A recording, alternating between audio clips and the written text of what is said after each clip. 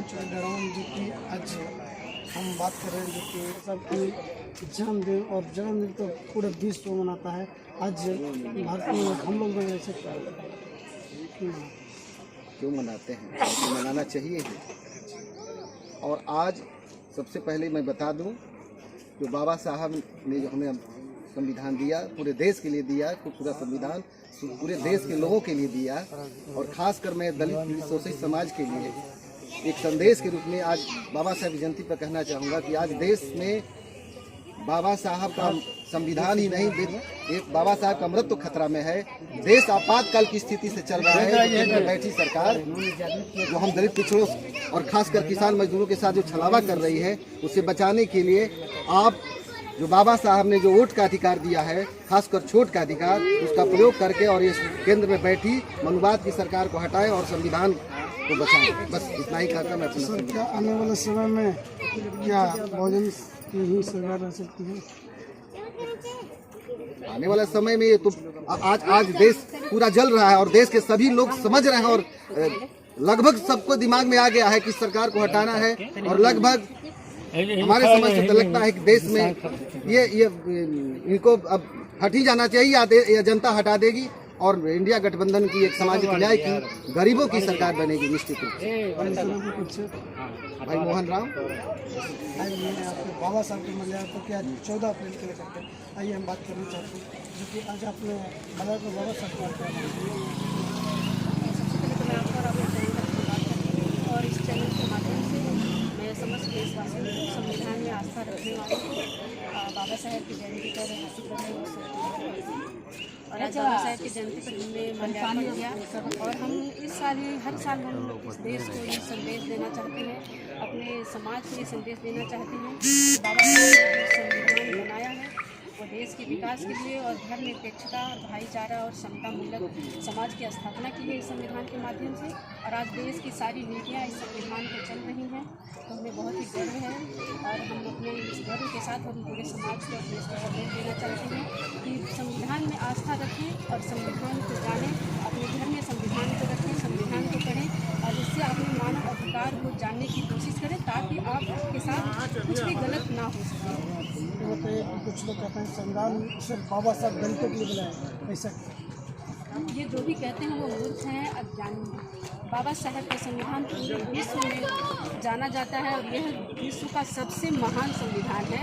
और नेपाल के प्रधानमंत्री ने ये कहा था कि अगर मुझे भारत से कुछ लेना होगा तो मैं वहाँ का संविधान लेना चाहूँगा।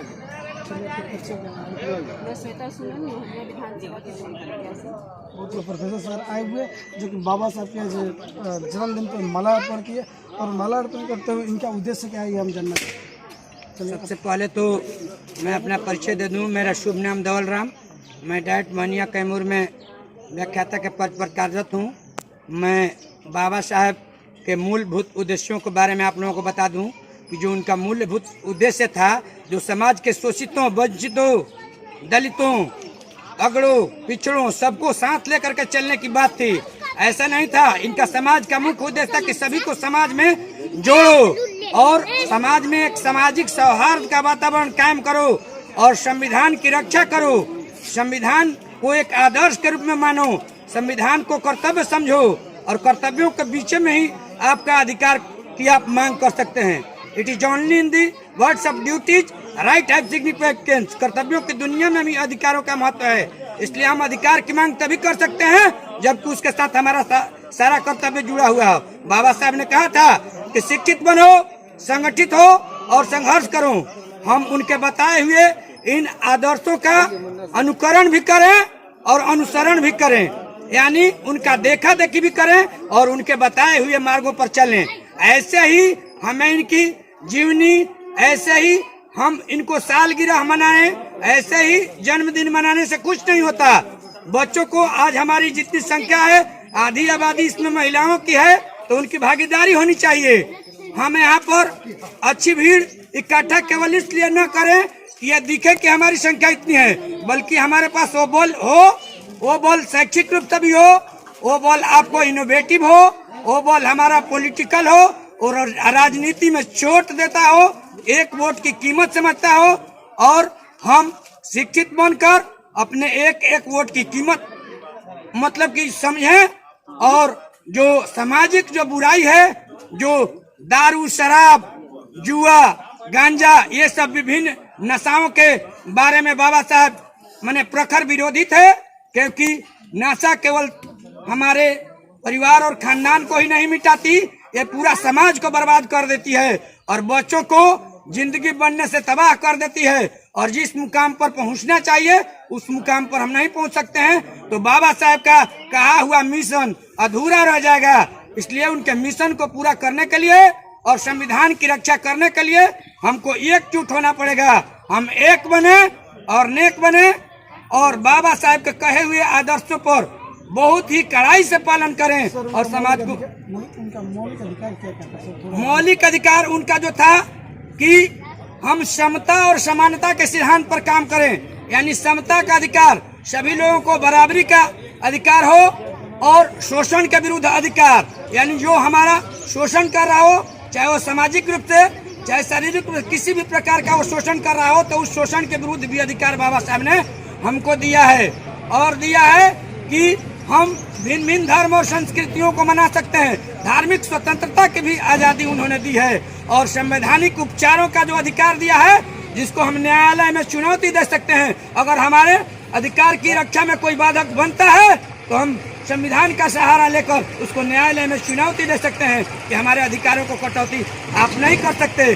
शिक्षा, सभ्यता और संस्कृति बनाने का भी अधिकार दिया गया है।